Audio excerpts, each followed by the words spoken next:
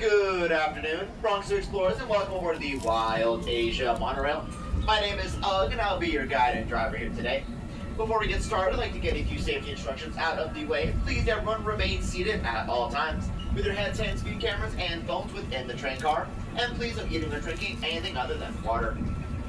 With that out of the way, folks, today it is my pleasure to introduce you to some of our animals and share some stories about how we care for them here at the zoo and how it connects to our conservation programs caring for wildlife around the world. Our keepers provide our animals with world-class care and are supported by a large team of veterinarians, horticulturalists, plumbers, electricians, carpenters, sailors, mechanics, and modern guides like me working together to bring you this experience today. Now, folks, in this first area, what we call our Kanha Meadow, we take care of up to 2 different species of deer and 1 species of antelope. Down there in the far left, folks, top of the hill, we can spot one of our medium-sized, darker brown, Barastinga deer.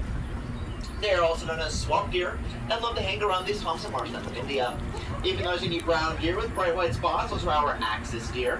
Many deer species start their lives with a spotted coat, but tend to lose it as they mature. The axis deer will keep its spots for the duration of its lifetime. We're going to hear a few of our peafowls singing, but I'll talk a little bit more about them later on. And folks may have noticed also a few of our smaller, lighter tanned blackbuck antelope. The lighter tanned ones are our females, and the males have a dark chocolate brown coat with large spiral horns. They are a sexually dimorphic species, meaning the males and females look very different from each other. Now, folks, here in the zoo, we have a lot of deer. By a lot, I mean a lot. In Wild Asia alone, we have 9 different species of deer and 2 species of antelope, with herds that number upwards of 40 individuals. It is truly something special being able to witness them just as they would be in the wild, roaming around as they please in large groups. Because of that, we have very large meadows for most of our animals here today, which allows them to utilize the habitat as they see fit, but it will make it a little less predictable where we'll find them on today's ride. Another reason we maintain such a large herd here is to maintain the genetic diversity of our populations. This is especially pertinent for any animal that is at risk of extinction in the wild, like the next animal we'll be seeing here in just a moment, our wild horses.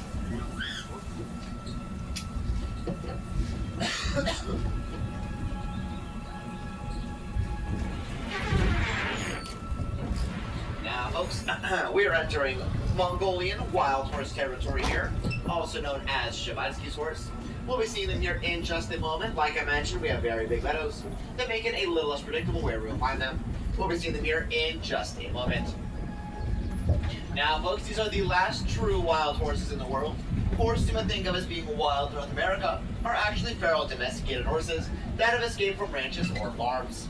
No one has ever domesticated these animals. And believe it or not, folks, they actually went extinct in the wild in 1969. It was due to a number of things, including habitat loss, conflict with humans, competition with livestock, and a series of harsh winters created by changing climates. Recognizing the threat to their existence, zoos like the Bronx Zoo started maintaining breeding populations and were able to keep the species alive in human care. Zoos around the world collaborated to ensure the genetic diversity of our population. It all took a lot of work and care. Folks, remember on our right, we can start to spot our herd of Mongolian wild horses. They may look a little different from the horses you're used to seeing. These guys have shorter legs, a stockier build, and instead of those bangs you'll know them for, these guys love to rock mohawks.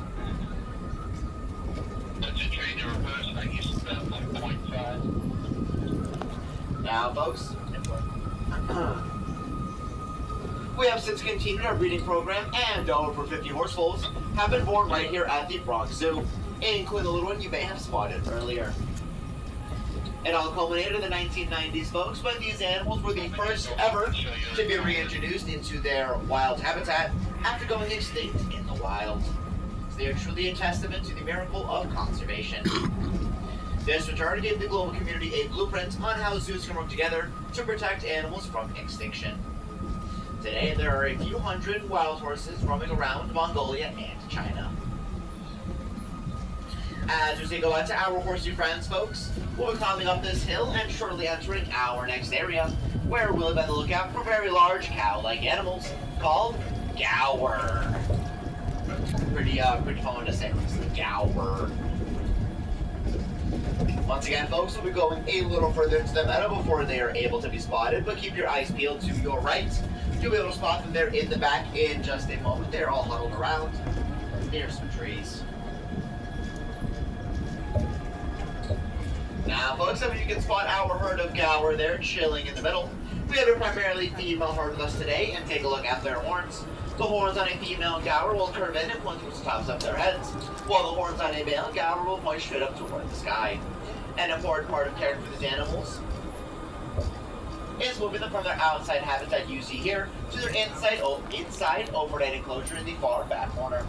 This is called shifting, and here at the zoo, these animals move between these areas every single day. So how exactly do you shift a herd of 2,000-pound animals? Well, you definitely can't go out and push them, but our keepers have some tricks up their sleeves. They know these animals very well and know which ones will look for grains and hay, and which ones are more motivated by fruits and veggies.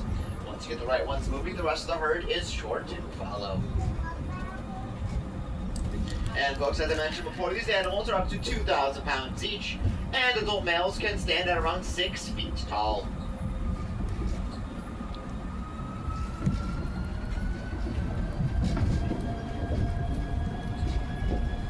And folks, although these are large animals, they still need to watch out in the wild, and we will see why, as in just a moment we'll be meeting a larger relative of their apex predator. And no, I am not talking about the sounds of traffic from behind us on the Bronx Parkway. Now, folks, coming up, weighing between 200 to 300 pounds on average, with a bite strength over 6 times that of a human's. They have 3 to 4 inch canine teeth, and a tongue rough enough to strip flesh from bone. Folks, I'd like to introduce you to our apex predator of China, Eastern Russia, and the Korean Peninsula. Folks, this is our Amur tiger. We'll be spotting him here in just a moment, folks. And although they are apex predators, the top of the food chain, able to prey upon animals even larger than themselves. Tigers also exhibit some of these same kinds of behaviors you might spot in a domesticated cat, just on a much larger scale. Folks, there in the back, we can spot our tiger. His name is Anakin. Finally on the high ground. And folks, while we're all here, just a reminder to please remain seated. Give you all earlier, about 4 reasons to stay seated? You know, the claws and the flesh stripping and all that. And folks, if you look around the exhibit, you may also spot a lot of what we call enrichment. Pay attention, this will come up again. Enrichment is anything that keeps our animals physically and mentally healthy, as well as allowing them to perform behaviors that they would in the wild. While you might give a cat a scratching post, we give our tigers entire tree trunks, as that is what they are used to in the wild. Also, if you gave a tiger a regular scratching post, it would destroy it within like 3 seconds. Folks, here is the back side of the previous Gower meadow. We won't see too many of them here, but despite that, some of you may still be able to smell them. And much, much later on in the day, they all like to pile up onto the hill close to the train during what I call our Gower's Power Hour. And folks, past the Gower, here is the back side of the previous Conha meadow. We can spot a few more of those deer and antelope we saw before, but along with them, we can spot a few of our peafowl. They're the national bird of India, and the ones with the bright blue heads and large plumage are our male peacocks. Yes, we see you there, buddy, don't worry. The males will use that plumage to attract the attention of female peahens, which are more brown colored with green necks, and they come together to form beautiful little baby bee chicks. You will spot them everywhere today, not only on your ride here at the Wild Asia Monorail, but also throughout the entire Bronx Zoo.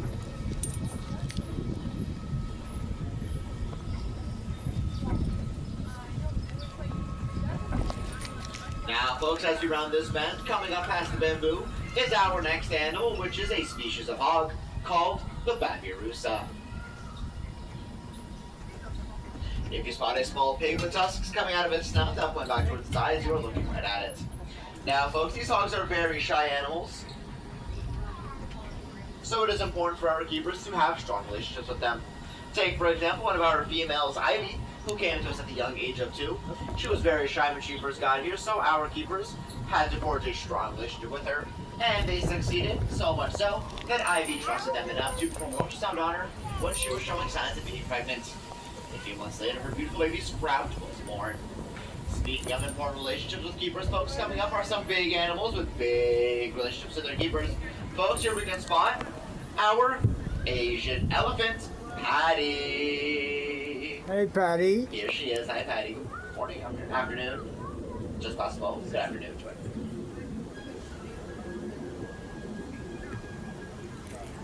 Hey. Now, folks, take a look at Patty's trunk. You may notice that she has a small finger-like appendage at the end of it. She can use that to pick up small blades of grass delicately, or use all 40,000 muscles in the trunk of hers to rip off a small tree branch with immense force.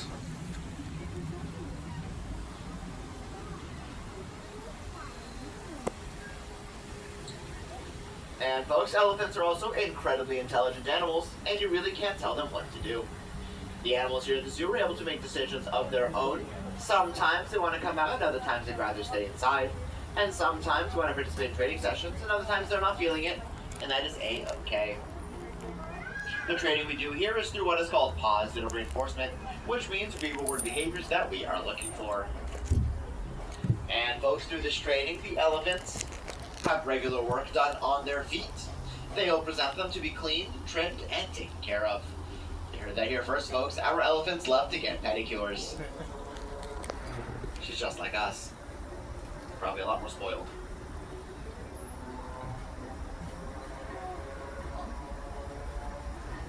Now, folks, as we say goodbye to our friend Patty, we will soon be on the lookout for another large mammal. This one has skin that looks like it's armor-plated and a horn on the end of its nose. Folks, in just a moment, we'll be on the lookout for our greater one-horned rhino. Now, folks, once again, she is hanging out at the other end of her meadows, so we'll be catching up to her here shortly. But in front of us is actually another example of that enrichment I mentioned before. A rhino's skin is surprisingly very sensitive to the sun and insects, so this muddy pit here in front of us is the perfect place for them to spend most of their day, as they can protect their skin from wilt. Our keepers will try their best to make sure this area is nice and dug out, but the rhinos will actually help them out by pushing the mud around with their feet and horns, just as they would in the wild. And folks, believe it or not, rhinos can also develop allergies and rashes just like we can, so they sometimes need a little extra treatment from our keepers. One of our rhinos is very sensitive to the sun, so much so that she actually gets sunblock on every morning. And yes, that is about as adorable as it sounds. And now, folks, coming up, keep your eyes peeled to your right in the water. That brown lump is not a rock, that is a rhino, and her name is Callie. Hi, Callie. Sometimes she talks to your citizens, it's really cute. And think about this, moms. Female rhinos can be pregnant for up to 16 months. Did you actually be pregnant for a year and a half? And to top it all off, a baby rhino will weigh upwards of 125 pounds when they are born. Baby rhinos will stick with their mothers for about 2 to 3 years, which sounds a heck of a lot better than the humans' 18. Now it is closer to 23.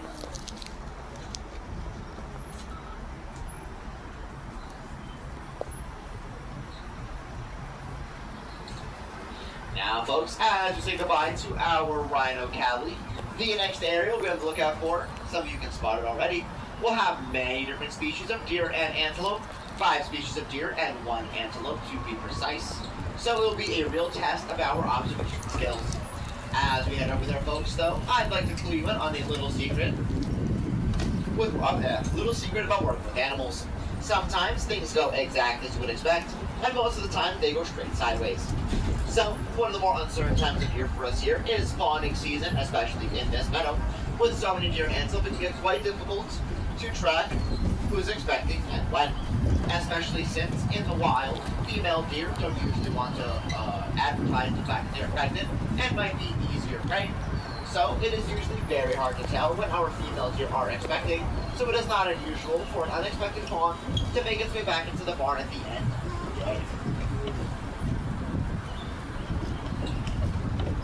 Now, folks, as we enter what we call our uplands meadow, we'll be on the lookout for, as I mentioned before, 5 different species of deer and 1 species of antelope. The largest of the deer we have here is our sandbar deer. They come in at an impressive 5 feet tall at the shoulder and weigh up to around 650 pounds. You will notice with their large size and dark brown coats and some brown or black splotches on their fur. Along with them folks, we can spot a few of our shorter, rounder looking hog deer. Like hogs, they prefer to creep, run low, and that kind of things, while many other deer species prefer to jump over them. Along with them, we also have our medium-sized, lighter brown Elds deer, also known as brown antler deer. We have all females in the zoo today, so no antlers. The Elds deer are still considered an endangered species, and are rapidly losing their wild spaces due to increasing demand in farmland. Now, folks, if you look to our right, we'll be able to spot our deer and antelope here in just a minute, and along with them, we'll be able to spot our Nilgai antelope, who has a pale gray-brown coat, a white butt, and if you notice them, take a look at their hooves, you'll see that they have what look like black and white zebra striped socks and striped ears to match. Here we can spot one on our right, folks, standing next to the fallen tree. Be sure to comment on its socks. They had a very tough time picking them up this morning. Nice socks, ladies. Our population of Nilgai antelope are also females. Now, folks, in this next area, we're on the lookout for very small, dark brown deer that blend in well with the rock trees and especially fallen leaves in this area. And despite their size, those are not babies and are indeed fully grown adult tufted deer. Speaking of babies, folks, many deer in the wild will often hide their young shortly after they are born, and that can make it a little interesting for our keepers. Imagine our keepers at the end of a long day, trying to get them herded back into the barn. All of the adults are accounted for, but they are one fawn short. So now they have to go back into the area and search for a very well camouflaged fawn before they can call it a day. After some time, the fawn is born, but dinner plans are pushed back quite a bit. It is just a reminder that these are wild animals making their own decisions, and it wouldn't have it any other way. Now, folks, in just a moment, we're crossing back over the Bronx River, so be sure to keep those cameras and phones handy, as now is a great time for a photo, and a great time for you to have a sip of water. Stay hydrated, folks.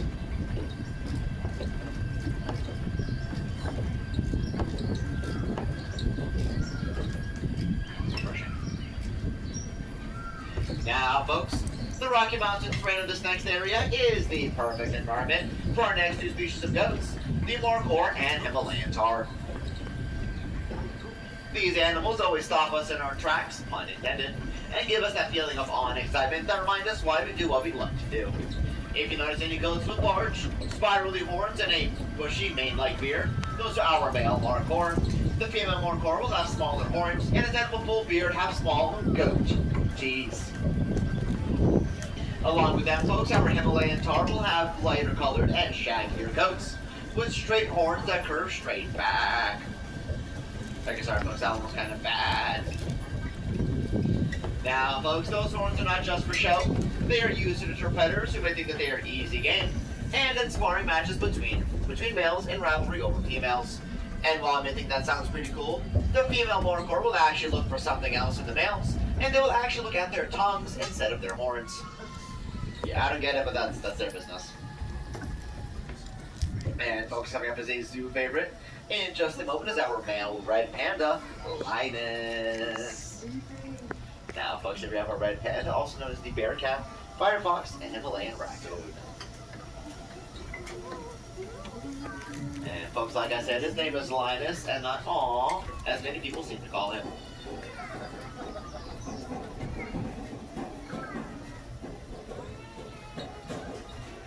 Now, folks, they are actually not at all related to the giant panda, although they do both share a love of bamboo. And to be fair, red pandas had the name Panda first. So everyone else is just copying. Not that I blame them, he's adorable. Now, folks, here in front of us, you can spot a few more of our Markhor and those Himalayan tar I mentioned before. Now, folks, as you round this next bend, our adventure here is almost at an end. You have met many different animals and hopefully gotten a glimpse into what it takes to care for them. The Bronx Zoo is also the headquarters of the WCS, which is short for the Wildlife Conservation Society, which aims to protect wildlife and wild places both here and around the world. We care for animals in New York at our 4 zoos and aquaria, those being the Bronx Zoo, Prospect Park Zoo, Queens Zoo, and Central Park Zoo, as well as the new aquarium in Coney Island. We also care for animals in more than 50 countries around the world. The WCS, that is. Now, folks, we're still in New York, so we have traffic even here on the monorail. I have a red light here in front of us, so I'm making a brief stop in just a moment to not run it. Once again, folks, brief stop here today, red light, so please remain seated. I don't want to run this red as I cannot afford another ticket. I pay enough for my insurance, thank you. But while I have you all here, folks, now is a great time for a pop quiz. Don't worry, this one will be easy. I'll be reading out a question and some answer choices. Pick one in your head, I'll tell you which one is right. Question is, who of these is important in saving wildlife in wild places? Is it A, animal keepers and tour guides, B, wildlife scientists and eco guards, C, guests visiting the Bronx Zoo and riding the monorail, or D, all of the above? If you guess D, folks, you are correct. It will take us all. Everything you've seen from Patty the elephant to Anakin the tiger to even the herds of deer is part of a much bigger story. It's a story about survival, about relationships, and most importantly, about care, as well as the work it takes to protect wildlife in wild places, both here in the Bronx and around the world, and that includes you. Your visit today is an act of conservation, so on behalf of the WCS folks, I'd like to thank you all so very much for joining us here today, not only at the Wild Asian Monorail, but the Bronx Zoo as a whole.